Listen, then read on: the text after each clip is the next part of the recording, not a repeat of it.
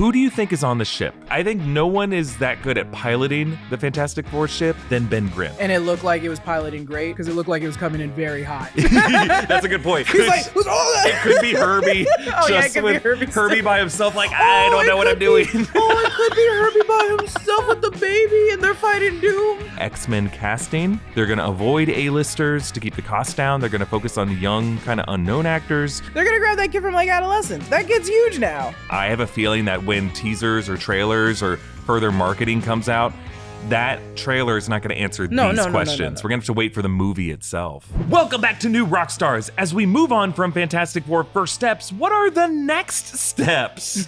How will the ending of this movie connect to the Thunderbolts post-credit scene and connect to what's coming in Avengers Doomsday? Ooh, this is the sneak peek where we talk about the future of fandom, and here with your host, Jessica Clemons and Erik Voss. I almost called you New Rockstars. I'm Mr. New Rockstars. He's new, I'm Rock. Brian is the stars. New Rockin' Stars. New Rockin' Stars. And then when we're out of order, it's like Sarah Jessica Parker. We just mess it all up. It's Parker, Jessica, I almost said Jerica. Oh, that's our name. That is our name. That's our name is Jerica. Well, it's so good to see you again, Jess. It's been a couple weeks. We took last week off, and it's nice to be back. And we're just going to figure out how this is all going to set up what's to come.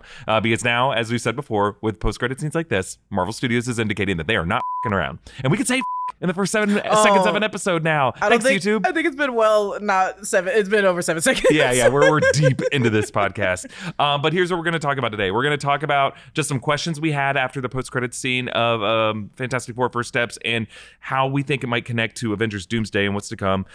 We also got this article from Variety about the financials of Marvel and some information we got about future titles in the next couple years. And then we're going to revisit the predictions that we made the last time we saw each other on the sneak peek, and we're gonna figure out like how right we were and how wrong we were, what we got wrong. A little segment on that.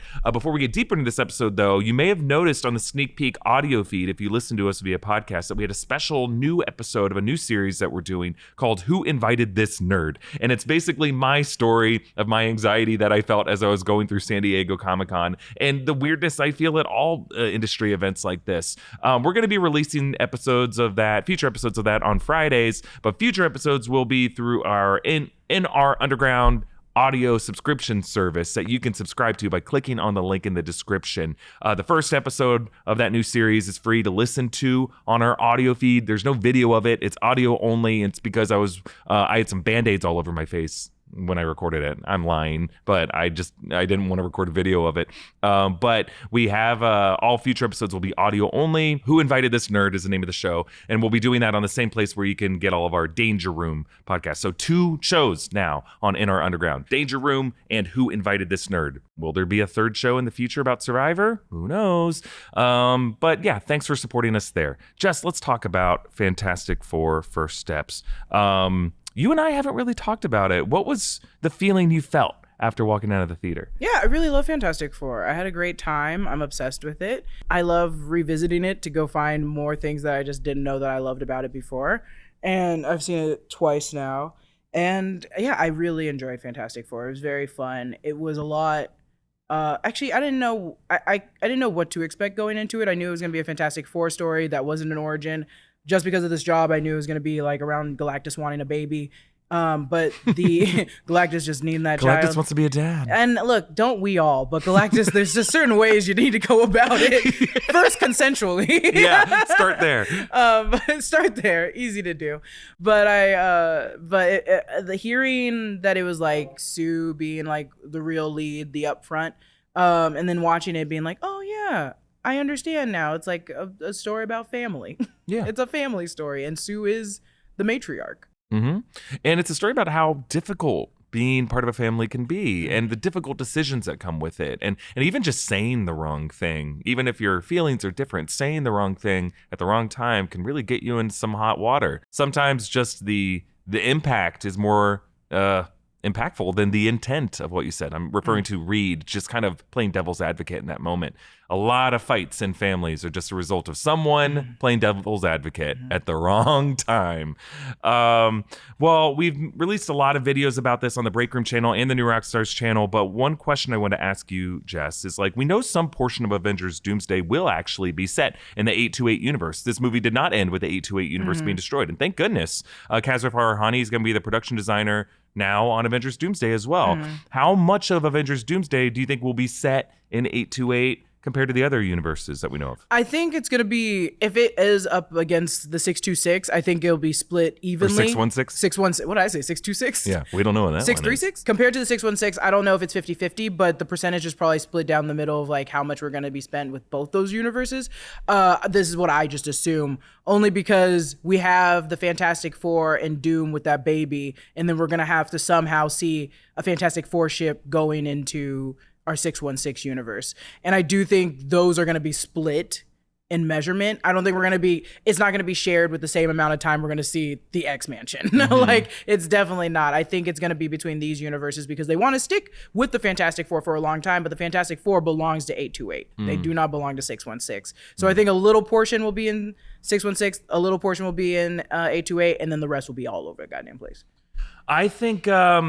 I think we will see a lot of the X Mansion in this movie, but only I think we'll want to have spent more time in that universe by the end of that movie. I think we'll see the X Mansion, but we won't. That'll be like a early Act 2 thing, and then we'll spend the rest of the movie somewhere between 828 and 616. I think the reason why we found out as late as we did that Kazra Farhani would be the production designer of Doomsday and Secret Wars is like they're still figuring this movie out, and then they're like, you know what? We actually want to spend more time on this set for Fantastic Four. And just by default, the fact that we're spending so much time in the TVA and in the 828 universe, Kazra Farhani has already done a lot of the work for this, and we kind of just need to let him be the production designer of everything else we had. I think also if you already have the set built, you're going to shoot on it. Yeah. So I think like, say there's a difference between saying that person is building the new sets for all of it, or if we just already had the sets built and we're like, oh, we're using his sets. Yeah. So that's what I kind of want to know. How much portion of his production design are we using? Or is he rebuilding? Is he building up things from the ground up new? Or are we using just the stuff that we already seen? I think it's going to be like 70% of the movie will be on a set that was built by Kazra Farhani and designed by him. Who do you think is on the ship? Now, after seeing Fantastic Four First Steps, who do you think is on that ship? I don't know. Yeah, I don't really know either. Everyone keeps asking me, who I've run into around movie theaters in the past week. A lot of people think Dr. Doom is on that ship and he's using it as kind of a Trojan horse trap. 100%. I could see that. You think so? But I could also see just the Fantastic Four being in one. I still think it's the Fantastic Four. Yeah, I was like, there is no answer that any of us can give you unless we've seen what the Russos have already wrote. Here's what I think. I think no one is that good at piloting the Fantastic Four ship, whether it's a 3-pronged one or a 4-pronged one, than Ben Grimm. I think at least Ben Grimm has to be on that ship. And it looked like it was piloting great because it looked like it was coming in very hot. That's a good point. He's like, who's all that? It could be Herbie. It could be Herbie by himself, like, I don't know what I'm doing. It could be Herbie by himself with the baby and they're fighting Doom. Well, I don't think it's the baby. My worry is now that, Dr. Doom has taken the baby and it's like some combination of the family of 4. But I think it's at least Ben Grimm. I don't think it would need to be Dr. Doom. I don't think Dr. Doom needs to take that ship. He can either teleport with his time door, or he's got some other kind of vessel that he's got. He doesn't need to use the Fantastic Four ship as a Trojan horse, because it's the Thunderbolts, as they're looking at that on the screen, they don't know who the hell the Fantastic Four are. So it's not like using that as a Trojan horse would be an effective Trojan horse. So I don't think it's Dr. Doom. But I do think it's at least Ben Grimm and maybe some of the others. And Dr. Doom will have another way of getting around, is my prediction. Why do you think Franklin is touching Doom's face?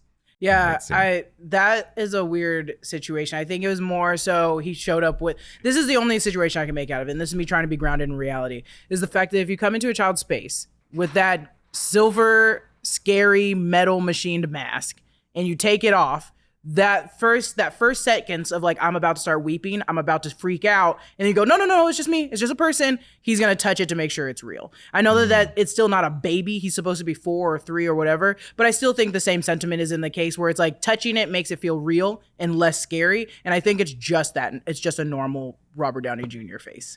I think so too. I think it's going to be mostly a familiar looking Robert Downey Jr. I've seen some theories going around that people are like, maybe Franklin is healing the scarring on his face, because that is why Doom wears the mask, because he's very vain. He's angry that he didn't listen to Reed, and he thinks that it's Reed's fault that his college era invention blew up and scarred his face.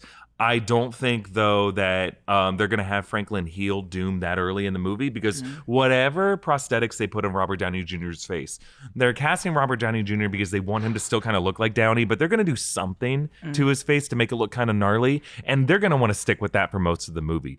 But I think there's some kind of connection with the power cosmic. I think Franklin Richards sees whatever power that God Emperor Doom has. I don't think it's going to be absorbing the power of the Beyonders, because I don't think they're going to do the Beyonders for this movie. But I do think they're going to establish something about anchor beings, and that Dr. Doom has somehow absorbed the power of the anchor beings from these collapsed universes, and that maybe they'll call it, quote unquote, power cosmic for God Emperor Doom, for this version of Dr. Doom, and that Franklin Richards has that kind of hunger connection that Galactus had for Franklin when he was still in the womb, and that maybe Franklin has that kind of that mystic connection with whatever Doom has, and that he's just kind of like a moth to a flame, drawn to touch this weirdo's face because he sees something in his eyes.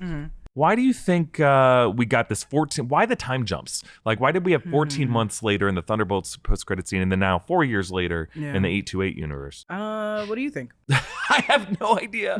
I really don't know. Like, they're being so weird with the timeline. I can tell you 4 months later seems to be like, we got to have a kid. Yeah. It has to be not a baby, but like a kid who can talk. 14 months later is so weird and so specific. And a certain amount of time that the new Avengers could have settled in this new watchtower, maybe. But like, I don't know. My theory before was that 14 months later was connected to the X-Men universe, that, you know, that if the X-Men universe is on the same timeline, like the 2024 of the X-Men universe matches the 2024 of the 616 universe. So if we go ahead, now we're in the year 2028, and that's like a peak year for that version of the X-Men. It's 1 year before Wolverine dies in that universe and the anchor being of that universe dies. But I still have no idea, because that rule doesn't apply to 828. If they are in 1969 or 1970 or in the 60s, like different universes can be on at different points in their own timelines, you know? Yeah, exactly. So I have no idea why it's important that it has to be 14 months later or 4 years later. Well, here's a question. Do you think it will matter to the Russo brothers when we watch the first act of Doomsday? No. And yes.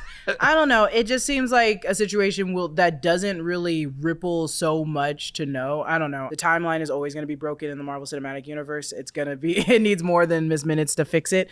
So I'm like, I think it's just a time that's different in their universe than it is in ours. But it could have aligned. We just don't know. We just don't know what their sun and moon is like, how their years work, or what time they're on, where we're on over here, if we're in the 616.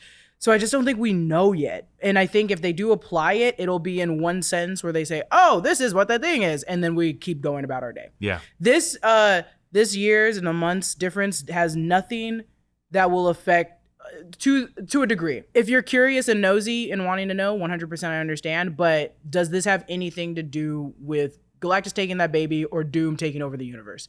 No, it doesn't. And so that's why I don't care. Yeah. I'm like, the biggest part of the story, this does not affect, this does not ripple. It is just me being nosy and curious. It just seemed to be a specific choice that they want us to make some assumptions about, that a certain amount of time has passed. We know for the Thunderbolts post-credit scene and the Fantastic Four post-credit scenes, both were shot by the Russo brothers, but the Thunderbolts post-credit scene was written by Joanna Kahlo, one of the writers of the Thunderbolts movie. So it was kind of a collaboration between the team who was making the Thunderbolts movie and the team who's making the Endgame movie. My question for anybody who works at Marvel, if you're listening, who wrote the Fantastic Four post-credit scene? Was it written by the team who wrote Fantastic Four, including Erik Pearson, Kaplan and Springer? Or was it written by Stephen McFeely, who's writing the Doomsday? Was it a Doomsday scene? So was it written by McFeely? We also know that Michael Waldron is consulting on Doomsday. My theory is that it was written by Erik Pearson, just because he's kind of like Marvel Studios' scribe. He's worked on all these different movies. He also did a draft of Thunderbolts. That would be my theory. But I don't know. I mean, really I don't know what think to any make of them can write it, and then they have the person that holds the Bible for time come in and put in the number. I don't think it's hard to be like to write the exposition or wherever they're at, and then put TBD, and then someone comes in and goes, put 14 months. Yeah. Put 14 months.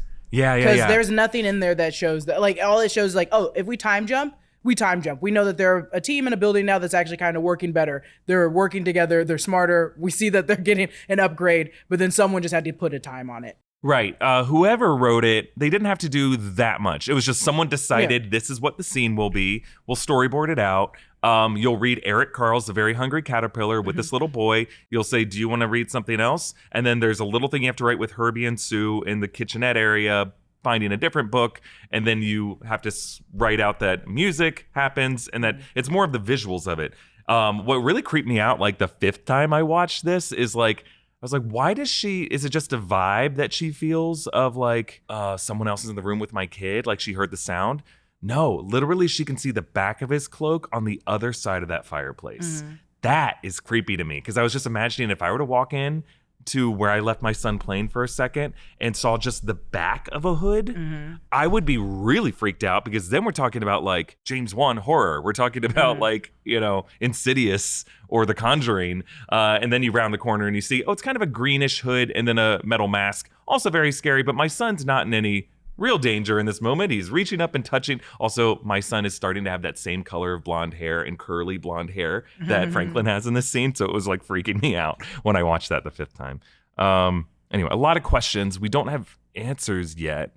Are these the kind of questions that we're going to get satisfying answers to? Really is what I'm worried about. I think some of them, probably. I think as I get older in the Marvel Cinematic Universe, I know how to wait. Yeah. You just learn to be patient. These questions definitely come up, and then we grasp at a poor actor that had said something misconstrued or a look they gave someone when asked something, and then that person gets under fire, and then I'm just like, why did we do that? So then I just wait till the movie comes out. And we will have to wait until December 2026, because I have a feeling that when teasers or trailers or further marketing comes out, that trailer is not going to answer these questions. We're going to have to wait for the movie itself. Maybe what they'll do is like in early December or after Thanksgiving, they'll start releasing scenes of Doomsday. And then those scenes will be like from the first act of the movie, and we'll get some exposition that kind of answers 100%. What's going on here. And maybe we'll get some answers at least about the timeline of the movie. Like in this timeline, we're here, and that timeline, we're here.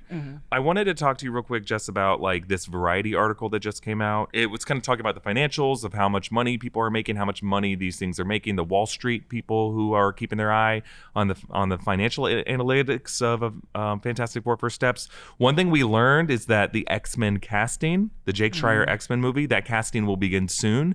They're going to avoid A-listers to keep the cost down. They're going to focus on young, kind of unknown actors, and that the X-Men movie will not come out in the currently TBD release date of July 23rd, 2027. So that may confirm our theories that it'll come out in 2028.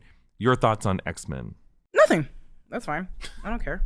I like that you are keeping things short and you're keeping your mind open. I'm like, I know they're not gonna get A-list. The term A-list has been misconstrued over the years, because sometimes Doja Cat can be seen as a B- star, and that woman is huge as hell. So an A-list to some people will probably be like Tom Cruise, people you hear all the time. Right. Sometimes John Krasinski gets bumped down to a B-, but Emily Blunt will be an A. So that's why I'm like, that the A-B or like deciding of your actor, Joe Locke to me is still an A. So you're probably going to get someone still from Heartbreakers that's still an A. And also, by the time this comes out, they're going to be older. Yeah. So I'm literally like, what do you mean young actor? Are we going for like, I'm trying to think of, are you guys going for Percy Jackson young? Or are you guys going for Exo Kitty young? Or are you going for I forget what that one, I watched only a couple episodes of it, but the kids on the island finding treasure from their dead parents. Like, are we going that young? Because I'm like, by the time this comes out, they'll be adults. You know who else was not an A-lister when they got cast in an X-Men movie? Hugh Jackman. Oh my God! He was an unknown. He wasn't, dude. He was little. and even David Cornsweet got paid. Oh yeah, David Cornsweet. Of the three casts, he got paid the same amount as Rachel Brosnahan, but less than Nicholas Hoult. But did. also, now he's an A-lister. Yeah, now he's an A-lister, and also he's lucky because it's like those little roles he was getting like helped him get the same pay. Yeah. I think if he was never in Pearl, if he was never in Twisters, if he was never in like the other movie you saw him in, he would have been a little bit lower than Rachel Brosnahan. I think they'll have to cast people who have been in some things before, because you don't get to be in an X-Men movie by being someone who auditions in a mall somewhere. Randomly, I went to the Grove and I auditioned and I waved at Mario Lopez, and now they put me in a movie. and now I'm playing Kitty Pryde. That is kind of though insane, what what's her face did, Iman. Yeah, well, that was the thing though, is like Iman also required. There were like we had a requirement for Iman Vellani to play Miss Marvel. Like that needs. There are so many white people in the X-Men universe that you to go find a rare one kind of seems kind of crazy. You're gonna find some like Canadian kid who was in Les Mis in the touring company or something. They're gonna get every child from Canada and the UK. Unfortunately, there's gonna be one American, and we're all gonna know who that American is. And that American's gonna play like it has to be the big one. That American actor is gonna teach all the other sweet Canadian and British kids how to swear, how to score drugs. He's gonna be the bad boy on the set. The crazy thing is they're gonna be like, why is he so depressed? They're gonna be like, what's going on with him? Because the Canadians and that American kid's also gonna be like, my dad was in the reboot of Overboard. What did your dad do? They're like, I don't even know what that is. Shovels coal in Yorkshire. Oh my God. I grew up on TV sets in the 2000s. He shovels snow in Yorkshire. I like the little British boy being literally like, oh, little poor boy. That's a clean chimneys. We're going to have some Oliver Twist who's going to be with some Nepo baby, and that Nepo baby is going to be driving at age 11. Oh my God. I own 3 cars, and my trust fund is the GDP of a small island nation. Oh my God. They're gonna grab that kid from like adolescence. Yeah. That kid's huge now. Like he's only been in that one thing, but we know who he is now. No, well, that kid is such a good actor. He's gonna be he should be in something. Is he too much for X-Men? He's exactly what X-Men needs. Oh God, I don't know. That kid's great. Wait, adolescents or the actor? The actor. He's so talented. He's very great. That kid and the kid from 28 Years Later. Oh, that kid too. Yeah, that kid's gonna be. If they audition and apply themselves to the audition very hard, I'm sure they would get the roles. Yeah. Those two are very great. Older Franklin Richards, or does Franklin Richards have to be a blondie? The child? Or we're gonna see a 13-year-old Franklin Richards. And you're saying someone else audition. We're not gonna wait whoever that kid is gonna get the Emma Furman treatment. Ooh. Who? Emma Furman? No, that's not Poor fair. Emma Furman. Poor Emma Furman. Oh, it's okay, girl. Okay, so let's. We can also look at other headlines from this Variety article. They said ideas are percolating on a Ryan Coogler helm Black Panther 3 that's creating excitement internally. They've been talking about this. I bet they're excited about Ryan Coogler, whatever he wants to do. Please. 100%. They literally are like, you know what? Come on in. Whatever you want to do, Mr. Coogler. The door's open. You have an entire suite over here for you. Whatever you want to do. Take Kevin Feige's desk. Yeah, it's fine. Honestly, do whatever you want. Kevin Feige's human footstool lane for Ryan Coogler. God. That's so. Yeah, he's like, just rolling to the ground. Yeah, I'd be excited for that shit too. Another quote I saw from this Variety article, quote, no urgency on developing Blade or Deadpool 4. Yeah, no shit. We know. I read the room. I read the room. But they keep saying publicly that they're like, we're moving forward on Blade. They keep talking about Blade to the part where I'm like, how much backlash are you guys getting for Blade? Because I've never seen Kevin Feige have to mention and clear up like, hey, we still have Marshall attached to it. Like, it's all good. Like, every time I see that man talking now, he brings up Blade and I kind of feel bad. I'm like, wait a minute. How much hate? I mean, I'm hating. I'm bringing it up 24/7. We don't believe you. No, we don't believe you. We don't believe you. All right, so we're going into now our What We Got Wrong / What We Got Right segment, where we're going to revisit 2 weeks ago the predictions we made for Fantastic Four First Steps. And Jess, I'm happy to say we got a lot of this right. So the first question we asked was, where will Dr. Doom appear in this film? And we both said that Robert Downey Jr.'s Dr. Doom will appear in the post-credit scene. We were right. But it seems like a lot of people were anticipating that to be happening. I don't know. We get 2 points for that. Yeah, 2 points is fine. 4 points, 2 each, because we got Robert Downey and we said specifically the post-credit. Yes, we did. Another thing we asked, will this film go into another universe outside of the 828 universe? We both said that we think we would see one universe outside of 828 through a portal, but we wouldn't see the TVA. Okay, and we didn't see anything. We really didn't see anything. They didn't even mention. Would you? No, because he got pushed to. I was like, could you count seeing through the portal? But then we saw it's still in their universe. Yeah, it's believed to still be in the same universe where Galactus went. So we didn't see it at all, unless this movie later retroactively says that Galactus actually went to another universe. We got a mention of alternate universes. Maybe Doctor Doom came from another universe. We don't really know yet as of this taping. So I guess we could say we were kind of mixed on that. Next question, what happens to Galactus? You said that Galactus will be teleported to another universe. I said that Galactus will be transported, quote, somewhere. He didn't go to another universe, again, unless they You later don't get say. a point for that because you said somewhere. Yeah, I wasn't specific. You need to be specific. You have to be specific. I didn't said say universe. I I didn't thought they put were my gonna- flag down and say in another part of this universe. I thought they were going to literally just be like, get him, throw him over there. I thought definitely, yeah, I really did think that he would go to another universe. You can't get rid of him. You can't kill him. Might Yeah, as well because just we push have him. questions. Like my comparison to our Galactus video was like punting on the 50-yard line and then going to the locker room saying, we won. Like, if you have to punt from the 50-yard line, it's going to land somewhere they're going to now pick it up at the 25, and like all you really Since gained. when have you been watching sports? This is what I'm saying right now. What? You are naming off very specific parts. I'm getting it. I'm hearing it, but I'm like, this is crazy. What happened to you? If I were to keep talking, Jess, for What happened to another 5 minutes, I think I would quickly get everything wrong about my sports knowledge. you were going great. But this is like the bare minimum of it. what I know about football knowledge. Keep I know going. that when you're doing that poorly and you have to punt from that far, you might as well just try to go for it. But sometimes even going for it is even worse field position. You're risking the points versus risking everyone's lives, and it's goddamn Galactus. You gotta just blind kick that shit somewhere. They shouldn't feel that good about it. No, they should. I think they should. There's nothing you could do. He's gonna find his way back to them. Yeah, of course. But like global warming is not our problem. It's our children's problem. Well, Ben doesn't age. Ben's still gonna be around for 1,000 years. I didn't tell Ben to turn into a rock. I'm joking. I'm joking about global warming. It's a serious issue, and I'm very sorry for everybody that has children and my nephew. Sorry. Just prefacing that very quickly. They'll invent the world solutions. that they have to take over is already dead. They will invent solutions. I I'm hope. confident. I hope. Or they'll just gotta punt that shit.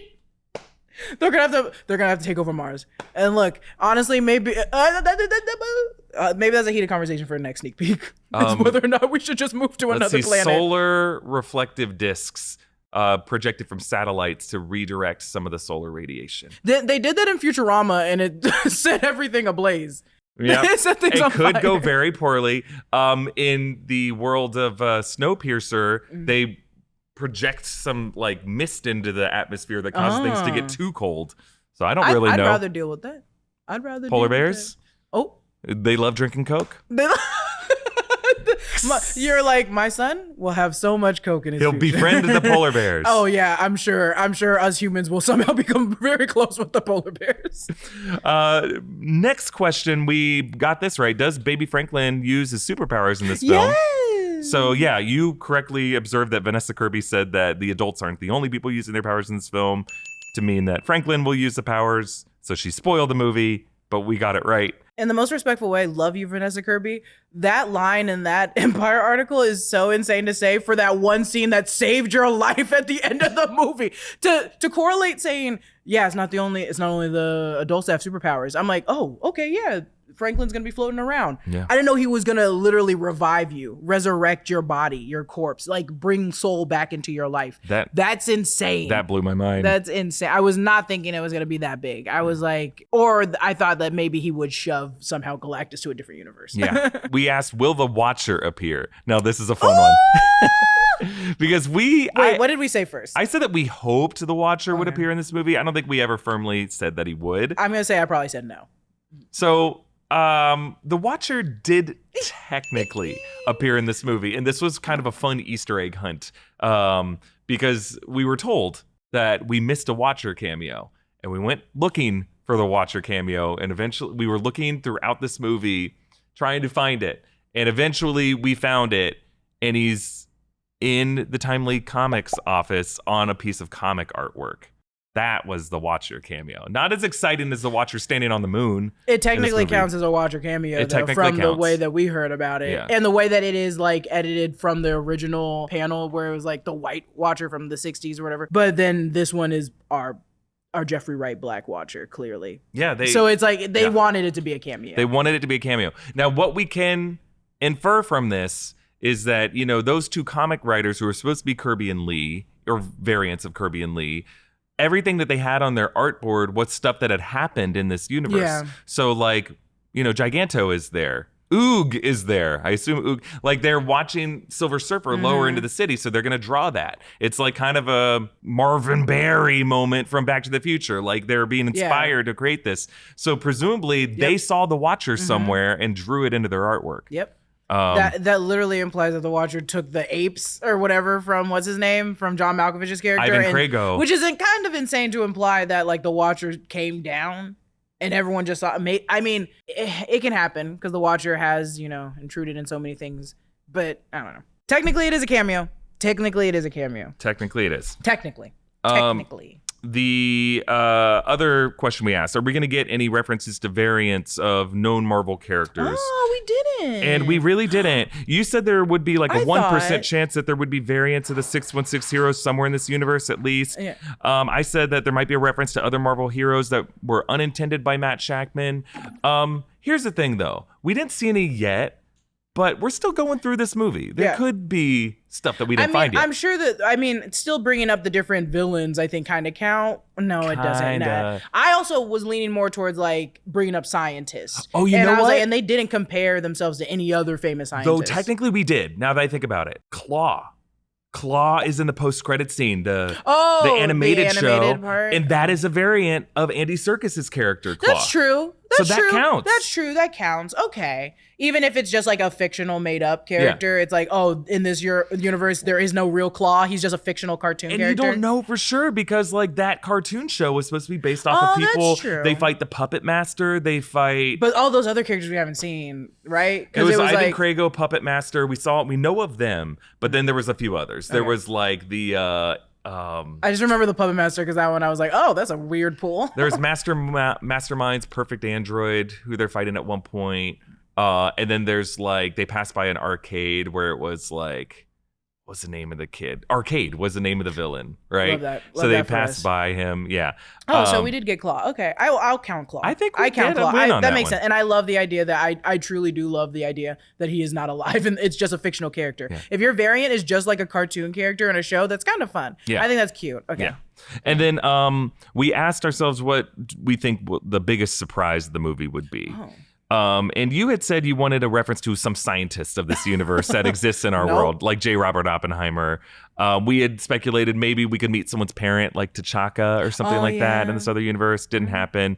I wanted a nod to a time they went back in time to ancient Egypt, or a nod to a Xandar existing, and we didn't get any of that. They really wanted us to stay in this universe. They were like, and not even just this universe, this city. They were like, you guys stay with the Fantastic Four, planted here. You guys are not going out of this this radius, period. Yeah. Like if you see other worlds or other places, it's gonna be a quick snapshot and a map. They wanted us to, and a lot of our theories or like ideas were grandeur. They were grandeur. We're just large. We're just a large idea. But I feel satisfied. I think we did a good job predicting. I feel like, in the past, sometimes my predicting's a little too accurate as to spoil the movie. And I feel like the craziest shit to happen in this movie, I couldn't really see in the trailers. So I feel good about it. Yeah, you could say like Galactus wanting Franklin, but we learned that in the first 39 minutes of the movie. We didn't know that Franklin would have the power cosmic. Mm-hmm. That is specific to this movie. And I think it's one of the craziest implications for this movie going into the future films. So... yeah, I feel pretty good. I give us an A. An A star? Yeah, A-list star? Would have been an A- if we didn't get that Claw one. Ooh, A-. The Claw one, that one's fun. I didn't even think about that in the last scene. Everybody in my theater groaned when the animation started playing, so it distracted me. So let's say, I don't know this week on New Rockstars what we'll be doing, but Rumor Rundown will be back on Tuesday. We have these great In Our Underground podcasts that I think you'll really like. But let's talk about this month on New Rockstars. So Eyes of Wakanda is here. If that breakdown isn't already on the channel, it will be in the days ahead. We're going to be covering Alien Earth on New Rockstars. We'll be covering Peacemaker on New Rockstars. So there's going to be quite a bit of stuff. We might do a breakdown of Weapons. I don't know. We're trying to see the movie early, but we're going to be taking a bit of time off personally. You won't see any interruption of coverage here on New Rockstars, but just we're going to be taking some time off because we were working very hard in the month of July to cover all this stuff. But that's kind of what's ahead on New Rockstars. Again, that Who Invited This Nerd show on the In Our Underground, I think you'll really like. So subscribe if you're able to support us that way. All right, let's talk about what else we're watching. Dude, what we're watching. I'm not watching anything. Unfortunately, I'm not watching a single damn thing. You catching up on some sleep? I'm playing video. Well, no, you can talk about what you're playing. We're playing. No, it's the same thing. I'm playing Marvel Rivals. Nothing has changed. But I'm also not playing Marvel Rivals. I played Donkey Kong. Thank you, Brian. Brian patted on his chest to remind me. I did play Donkey Kong Bonanza, and that game is incredible. That game is insane. I actually did a podcast about that episode with Button Mash at the Ringer. If you guys want to go watch me and Ben talk about it, but you don't. Long story short, it's amazing. We love it. It's innovative. It's great as a 3D platformer. We're waiting for a new Super Mario. We got Donkey Kong Bonanza, and it's from the same people that did Odyssey, and it's just such a fun experience. And it took everything from Mario Odyssey and changed it in a way that the games change over time, and you want to be more innovative, but you also want to be more realistic with your expectations, especially in time. And so there's just a lot of extra things you get to do. Again, reminder, this game is $70 damn. So they're making sure you're getting your money's worth. You're going to play this game for a long time, and it doesn't require you to have some extra stars or extra things to go to the next level. You can just always go back and venture through. You can always get 100% on every map, and there's a bunch of maps. It is so much fun. Obsessed with this game. Go buy Donkey Kong Bonanza. If you got the bundle with Mario Kart, I feel sorry for you. No, I don't. Congratulations. But Donkey Kong Bonanza gets my vote. Good game. Okay, that's all I did. Great. I saw I'm now in season 37 of Survivor, which is very, very good. And it's the Mike White season. Oh, Mike White. I finally arrived at the Mike White season, and it is very fun. Is he funny? He's great. He's so out of place at the beginning, but he's just playing it smart. And it's I'm only a couple episodes into it, but this is very much it's David versus Goliath. And the Davids are all people who seem to submit to be on Survivor. The Goliaths feel like recruits. Is he a Goliath? He's a part of the Goliath, which is weird. He's Mike White, but they also, it's not just physical Goliaths, it's career Goliaths. It's people who have done very well in their career. They have a pro wrestler on the Goliaths. I forget his name. Zach is going to come in here and yell at me. But he's a known wrestler. So all of them feel like people who CBS casting directors found and say, hey, do you want to be on Survivor? And which I get it, because there's an argument to be made that without recruits, you just have game bots now run the show.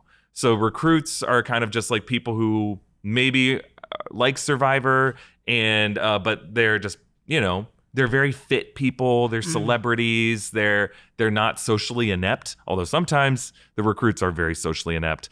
But it's not true to the tradition and the spirit of Survivor. But now there is no such thing as the spirit or tradition of Survivor. Everyone who wants to be on the show are people who grew up watching it and have gamified it. So you can have game bots versus recruits, and maybe sometimes you have a recruit who is a game bot. The term game bot and recruits are not within the actual Survivor. No, it's us watching it. We can, and they probably know the terms too. It's people who are, I haven't caught up to any of the season 40 or beyond.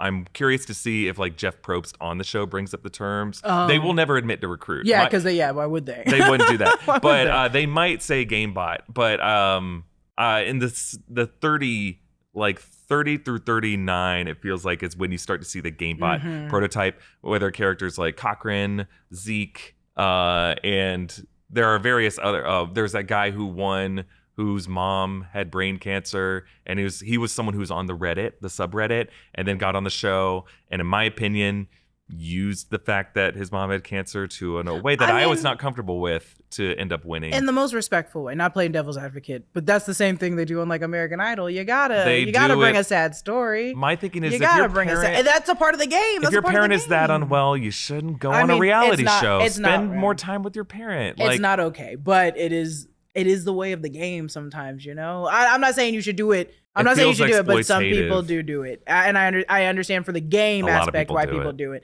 They do it all the time, baby. You got to come with a sad story. You got to stay on there. I'm curious to see how if the show starts to criticize that internally. Like people being like, because Sandra Diaz-Twine was the one who called out Johnny Fairplay. Yeah. And she goes, your grandma or whatever it was. She didn't care.